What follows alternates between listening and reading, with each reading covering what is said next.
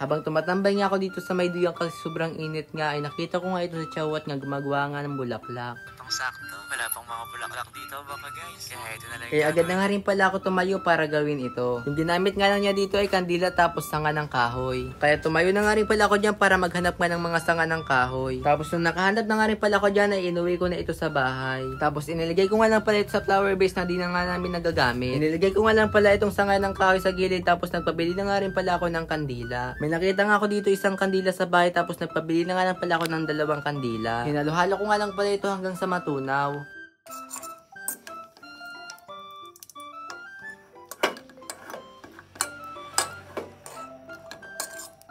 Naniga. Hindi ako makapit.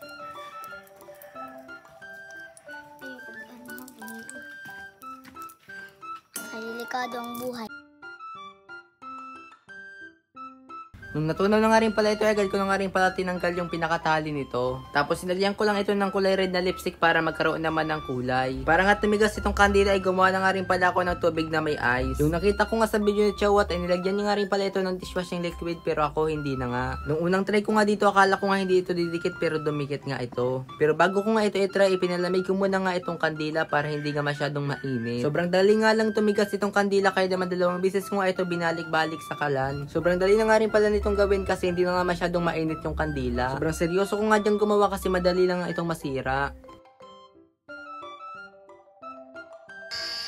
Tulo na ba yan dito?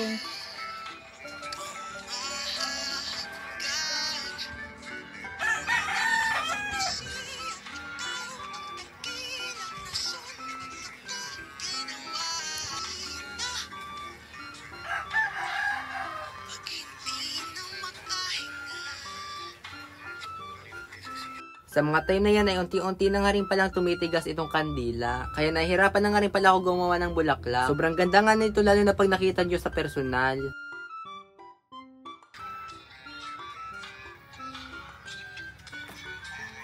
Tapos nag-try nga dyan yung pamangkin ko na gumawa ng bulaklak. Sa unang try nga niya, ang ganda nga ng paggagawa niya.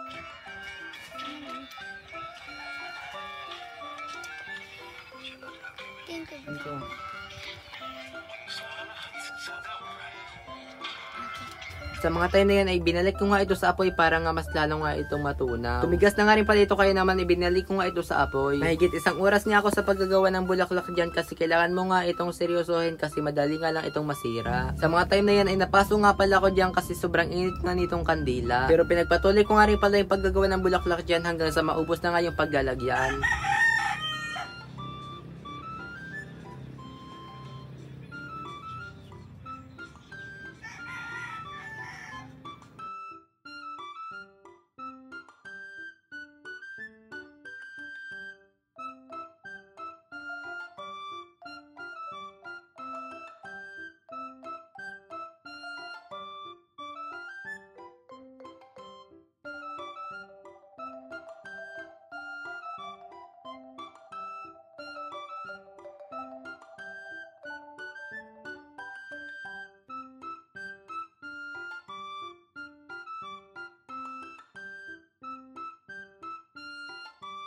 Nung natapos ko na nga rin pala ito lagyan lahat, ay ito nga rin pala yung pinaka-itsura niya. Sobrang ganda nga nito lalo na yung kulay niya. Unang try ko nga lang pala lang paggawa nito ay sobrang success na talaga. Hanggang dito na nga rin pala yung video ko. Sana nag-enjoy kayo. Bye-bye!